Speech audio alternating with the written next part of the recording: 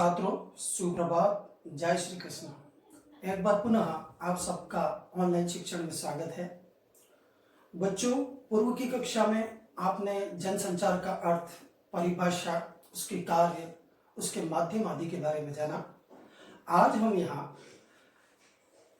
Print माध्यम के feature विषय प्रकरण पर अध्ययन करेंगे और इसमें भी विशेष रूप से समाचार और संपादकीय का अध्ययन करेंगे।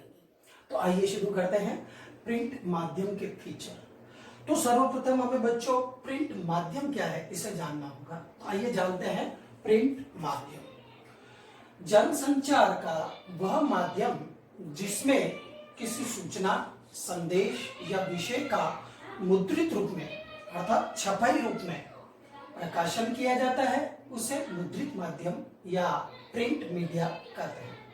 समाचार पत्र, पत्र पत्रिकाएं, ब्रोशर आदि का समावेश इसमें किया जाता है। तो आइए बच्चों, अब हम जानते हैं कि प्रिंट माध्यम कैसे हमारे लिए उपयोगी है, इसकी क्या विशेषताएं। प्रथम, यह सस्ता, सरल और सुलभ माध्यम है, अर्थात आसानी से प्राप्त होने वाला माध्यम है। नंबर 2, समयावधि की बाध्यता नहीं होती, अर्थात इसे पाठक जब चाहे अपनी मर्जी अनुसार किसी भी समय पर पढ़ सकता है। सहायक पुस्तकों व संदर्भ ग्रंथों का प्रयोग संभव है, अर्थात पाठक को विषय सामग्री में कोई कठिनाई हो या कोई शब्द विशेष जानना हो तो वह शब्दकोश या किसी विषय को और अधिक स्पष्ट समझने के लिए संदर्भ ग्रंथों आदि का प्रयोग भी कर सकता है। नंबर 4, विषय पठन की स्वतंत्रता। जैसा कि मैंने कहा, पाठक इसे कभी भी किसी भी समय अपनी मर्जी के अनुसार पढ़ सकता है, बार बार इसे पढ़ सकता है, तो ये स्वतंत्रता इस माध्यम से पाठक को प्राप्त होती है। नंबर 5, लिखित भाषा का विकास। आप जानते हैं भाषा दो प्रकार की होती है, मौखिक भाषा व लिखित भाषा। मौखिक भाषा में स्वाभाविक रूप से उच्चारण किया जाता है, किंतु लिखित भाषा में हमें व्याकरणिक नियमों, वर्तनी, शब्द चयन आदि बातों का ध्यान रखना होता है। अतः पाठक को इसको पढ़ने से पाठक की लिखित भाषा की में विकास होता है। इसके साथ ही इसमें स्थायित्व रहता है। पाठक चाहे तो इसे प्रमाण के रूप में, दस्तावेज के रूप में संग्रहित भी कर सकता है। और भी इसकी कई विशेषताएं हैं। बच्चों, आपने इसकी विशेषताओं को जाना। जैसे कि आप जानते हैं, कोई भी पूर्ण नहीं होता, लाभ है तो हानि है, गुण है तो दोष है। इसी तरह किसी की विशेषता है तो उसकी अपनी सीमाएं भी हैं। तो आइए अब हम जानते हैं प्रिंट माध्यम की सीमाएं। नंबर 1, त्वरित सूचनाओं संदेशों का अभाव होता है। प्रिंट माध्यम छापे खाने में छपाई के द्वारा संपन्न होता है, अतः आज की तरह और इंटरनेट आदि की तरह इसमें सूचनाएं तत्काल एक स्थान से दूसरे स्थान पर प्रसारित नहीं हो पाती। प्रायः समाचार पत्र आदि को छपने में 24 घंटे लगते हैं, साप्ताहिक रूप से भी कुछ समाचार प्रकाशित होते हैं, अतः इसमें सूचनाओं और संदेशों को त्वरितता से प्रसार संभव नहीं होता। नंबर 2, भाषा प्रयोग में सावधानी। पाठक के लिए भाषा का चयन करना होता है, क्योंकि सभी पाठक जो है वह साहित्यिक ज्ञान नहीं रखते, अतः उन्हें सामान्य भाषा में अपनी बात को कहना होता है, तो भाषा का प्रयोग करने में भी हमें सावधानी रखनी होती है। नंबर 3, केवल साक्षरों के लिए उपयोगी। यह इसका सबसे बड़ी कमी है, क्योंकि इसे केवल पढ़ा लिखा व्यक्ति ही इसका उपयोग कर सकता है, अनपढ़ या निरक्षर इसका प्रयोग नहीं कर सकता। नंबर 4, रख रखाव में सजगता।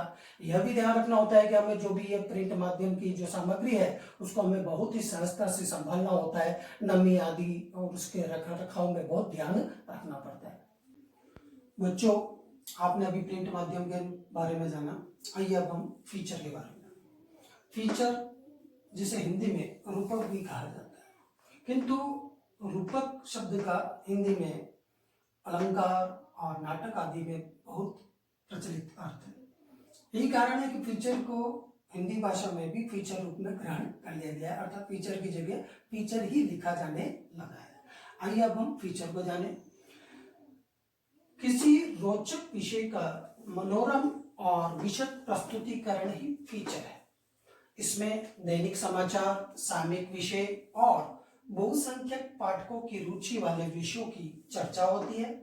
इसका लक्ष्य मनोरंजन करना, सूचना देना और जानकारी को जनोपयोगी ढंग से प्रस्तुत करना है।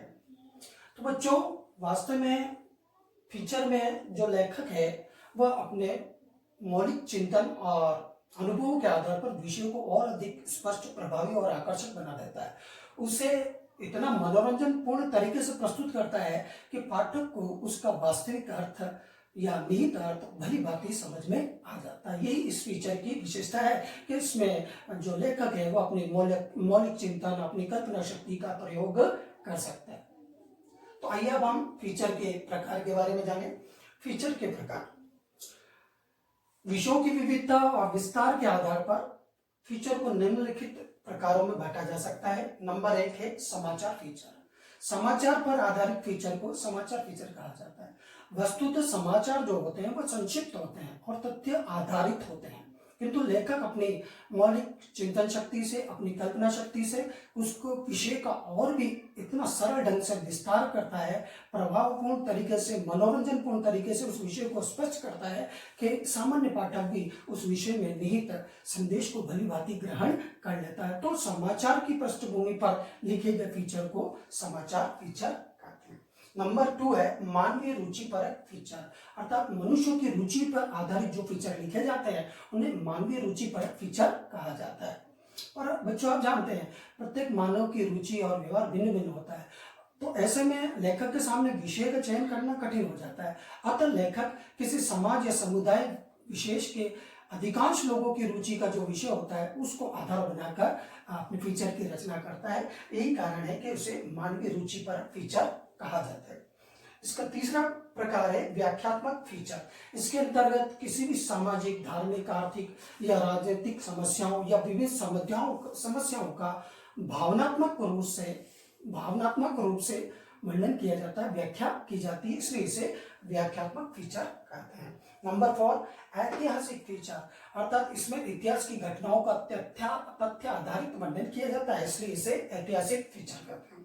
विज्ञान फीचर, इसमें विज्ञान की उपलब्धियों, खगोलीय घटनाओं, नए नए आविष्कार, खोजों और सूचना और आदि का अध्ययन किया जाता है। नंबर 6 खेलकूद फीचर, जैसा कि इसके नाम से स्पष्ट है, इसमें खेलों से संबंधित सूचनाओं को आधार बनाकर विषय को स्पष्ट किया जाता है। नेक्स्ट है पर्वोत्सवी फीचर, अर्थात समाज में मनाए जाने वाले पर्व और उत्सवों पर आधारित फीचर लेखन को पर्वोत्सवी फीचर कहते हैं। नेक्स्ट विशेष घटनाओं पर आधारित फीचर, इसमें युद्ध, बाढ़, हवाई दुर्घटना, बम विस्फोट आदि विशेष विषयों पर आधारित होने के कारण इसे विशेष घटनाओं पर आधारित फीचर कहते हैं। नेक्स्ट व्यक्ति परक फीचर, इसमें किसी महत्वपूर्ण व्यक्ति के व्यक्तित्व, कृतित्व और उसकी सामयिक उपलब्धियों को आधार बनाकर फीचर लेखन किया जाता है।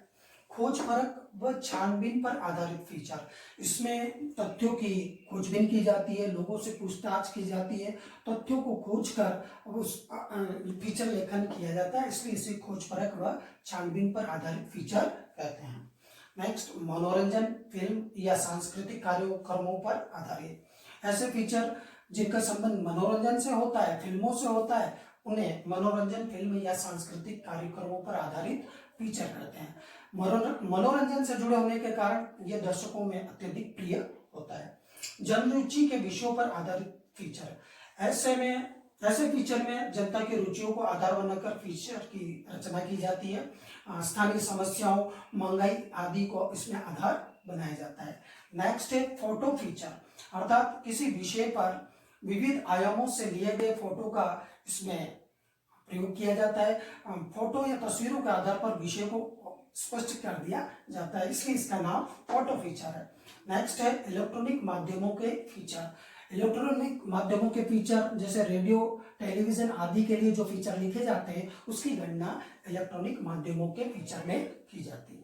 तो आपने फीचर के प्रकार के बारे में जाना, अब हम फीचर रचना और उसके लेखन के विषय में जानेंगे। फीचर का स्वाभाविक नियम यह है कि फीचर आकर्षक, तथ्यात्मक और मनोरंजक होना चाहिए। मोटे तौर पर हम हमारे फीचर को निम्नलिखित बिंदुओं की सहायता से आकर्षक व प्रभावी बना सकते हैं। नंबर 1 है तथ्यों का संग्रह, अर्थात फीचर लेखन से पूर्व हमें उस पर आधारित समस्त तथ्यों का भली भांति चयन कर लेना चाहिए। प्रायः मूल स्रोत से तथ्य जुटाने चाहिए और सारी जानकारी सही होनी चाहिए, क्योंकि जितनी सटीक और सही जानकारी होगी फीचर उतना ही प्रभावी होगा। नंबर 2, फीचर का उद्देश्य। प्रत्येक कार्य या कार्य योजना के कुछ उद्देश्य होते हैं, अतः हमें ये निर्धारित कर लेना चाहिए कि हमारा फीचर लेखन में हम पाठक से क्या अपेक्षा करते हैं, उसमें कौन सा सुधार या क्या उसकी इच्छा जागृत करना चाहते हैं, अतः हमें यह उद्देश्य निर्धारित करके ही फीचर लेखन करना चाहिए। नंबर 3 है प्रस्तुतिकरण। प्रस्तुतिकरण फीचर का महत्वपूर्ण बिंदु है। जैसे कहा भी गया है कि knowledge is not enough, presentation is the key of success. अतः हमें फीचर को आकर्षक, सरल और मनोरंजन पूर्ण तरीके से प्रस्तुत करना चाहिए। नंबर 4, शीर्षक तथा आमुख। फीचर लेखन में शीर्षक एक महत्वपूर्ण तत्व है। शीर्षक प्राय संक्षिप्त, रोचक और मनोरंजन पूर्ण होना चाहिए, आकर्षक होना चाहिए। अर्थात शीर्षक पढ़ते ही दर्शक के या पाठक के मन में उस विषय के संबंध में पूर्ण जानकारी प्राप्त करने की इच्छा जागृत हो जाए। साथ ही हमें शीर्षक की प्रस्तावना, आमुख मतलब प्रस्तावना पर भी विशेष ध्यान देना चाहिए।